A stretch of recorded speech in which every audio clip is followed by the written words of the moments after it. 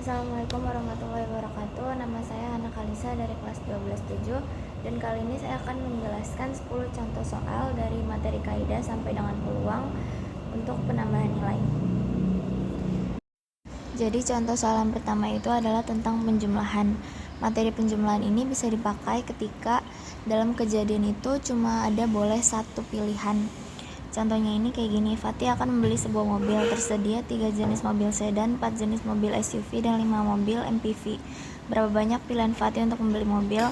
Karena dia cuma ingin membeli sebuah mobil, maka kan pilihan yang bisa dijadikan hanya satu, maka kita memakai materi penjumlahan.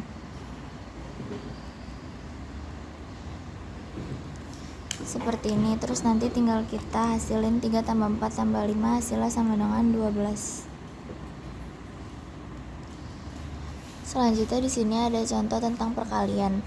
Materi perkalian ini bisa dipakai kalau dalam kejadian itu bisa terdapat beberapa kejadian. Contohnya, Faiz mempunyai 6 kaos, 5 kemeja, dan 4 celana. Tentukan banyaknya variasi pakaian yang dipakai Faiz. Jadi kan kaos, kemeja, dan celana ini bisa dikombinasikan menjadi satu. Berarti artinya dia bisa terdapat 3 kejadian dalam satu waktu. Maka dari itu kita bisa pakai materi perkalian ini. Caranya tinggal kita kali semua angka yang ada.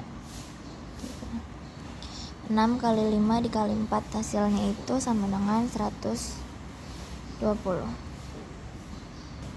Kemudian ada materi filling slot. Contohnya itu dari angka 2, 3, 4, 5, 7 akan dibentuk bilangan 3 angka genap berlainan. Banyaknya angka genap yang akan terbentuk itu ada berapa?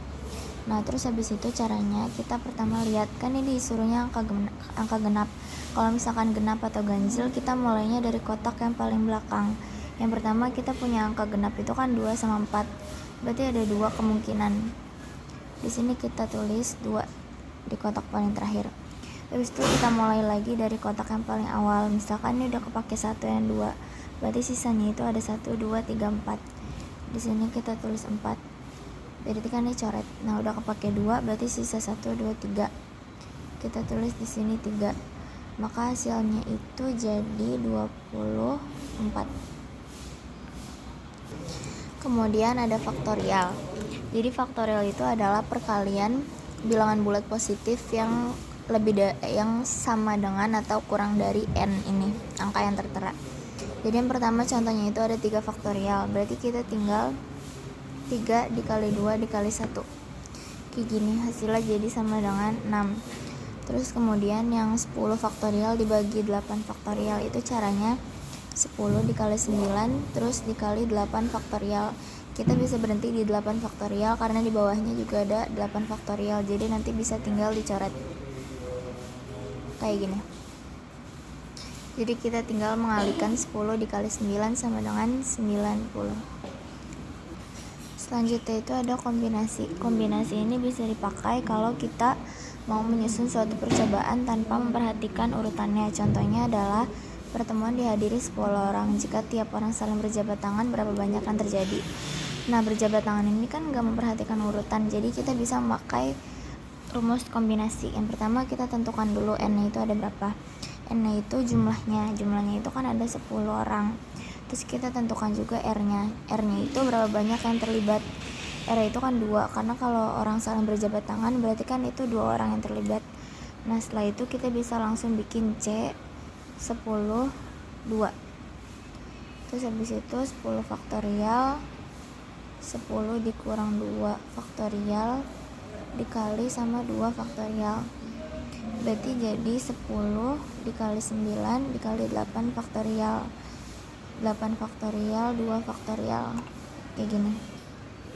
Terus 8 faktorialnya kita coret. Terus habis itu 2 faktorial itu kan 2, berarti bisa kita coret sama 10, ini jadi 5.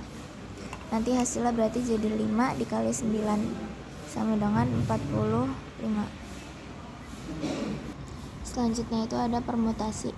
Kita bisa pakai permutasi kalau dia memperhatikan urutan. Contohnya itu akan dipilih seorang ketua, sekre, dan bendahara dari 7 orang calon. Banyak susunan kepengurusan yang mungkin adalah, kan kalau kita milih ketua, sekre, dan bendahara itu harus sesuai urutan, karena nggak bisa kan suatu posisi tidak berurutan atau acak-acakan. Jadi kita pertama tentukan dulu n-nya itu berapa sama r-nya itu berapa. N-nya itu kan ada 7 orang ke semuanya itu. Terus R-nya itu yang terlibat itu ada ketua, sekres, sama bendahara, berarti ada 3 orang. Terus kita tinggal bikin P73 sama dengan 7 faktorial per 7 dikurang 3 faktorial. Berarti kan jadi 7 faktorial per 4 faktorial.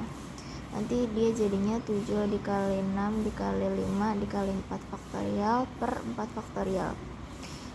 7 dikali 6 dikali 5 itu kan 30 dikali 7 sama dengan 210 hasilnya. Kemudian sekarang itu ada permutasi unsur sama. Contohnya itu banyak susunan berbeda yang dapat dibuat dari huruf yang terdapat pada kata kodok. Itu ada berapa? Nah, pertama kita tentuin lagi N-nya itu ada berapa. N-nya itu jumlah huruf yang terdapat pada kata kodok ini, yaitu 5.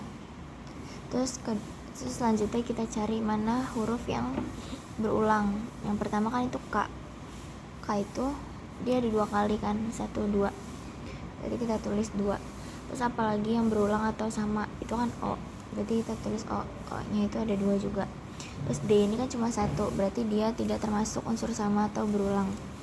Terus habis itu kita tinggal bikin permutasinya. Permutasinya itu caranya 5 faktorial per 2 faktorial 2 faktorial. Terus habis itu jadi 5 dikali 4 dikali 3 dikali 2 faktorial per 2 faktorial 2 faktorial. Nah, ini bisa kita coret 2 faktorial 2 faktorial. Kemudian 2 faktorial itu kan sama dengan 2, berarti kita bisa coret 2 faktorial sama 4. Ini 2 jadinya. Jadi 5 kali 2 sama dengan 10, 10 dikali 3 sama dengan 30. Selanjutnya itu ada permutasi siklis. Jadi permutasi siklis itu bisa digunakan kalau ada suatu kejadian di mana urutannya itu melingkar. Contohnya itu 6 orang OSIS rapat di meja bundar. Berapa banyak posisi duduk yang mungkin? Jadi pertama kita tentukan dulu N-nya itu berapa. N-nya itu kan ada 6. Nah, rumus permutasi siklis itu adalah N dikurang 1 faktorial. Berarti permutasinya itu adalah 6 dikurang 1 faktorial sama dengan 5 faktorial. Atau kalau dijabarkan jadi 5, 4 dikali 13. Jadi seperti ini. 5 kali 4 20, 20 kali 3 60, 60 kali 2 sama dengan 120. Lalu kemudian ada peluang saling lepas. Ciri khas dari peluang saling lepas itu dia menggunakan kata atau. Jadi rumusnya itu kayak gini, peluang A ditambah peluang B. Yang pertama itu kan peluang A itu mata dadu yang berjumlah 6. Kita urutin dulu. Mata dadu berjumlah 6 itu kan berarti ada 1, 5, 2, 4, 3, 4, 2 sama 5, 1. Kan berarti dia ada 5 buah peluangnya. Terus kemudian yang B itu mata dadu berjumlah 11. Nih. Mata dadu berjumlah 11 itu kan berarti ada 5, 6 sama 6, 5. Cuma ada 2 jumlahnya. Terus itu NS-nya atau ruang sampelnya itu kan dari 2 dadu. Dari 2 dadu itu ruang sampel ada 36.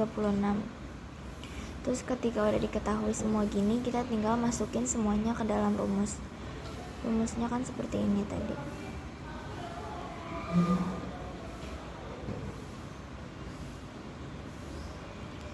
Nah, kita tinggal tambahin peluang A dan juga peluang B.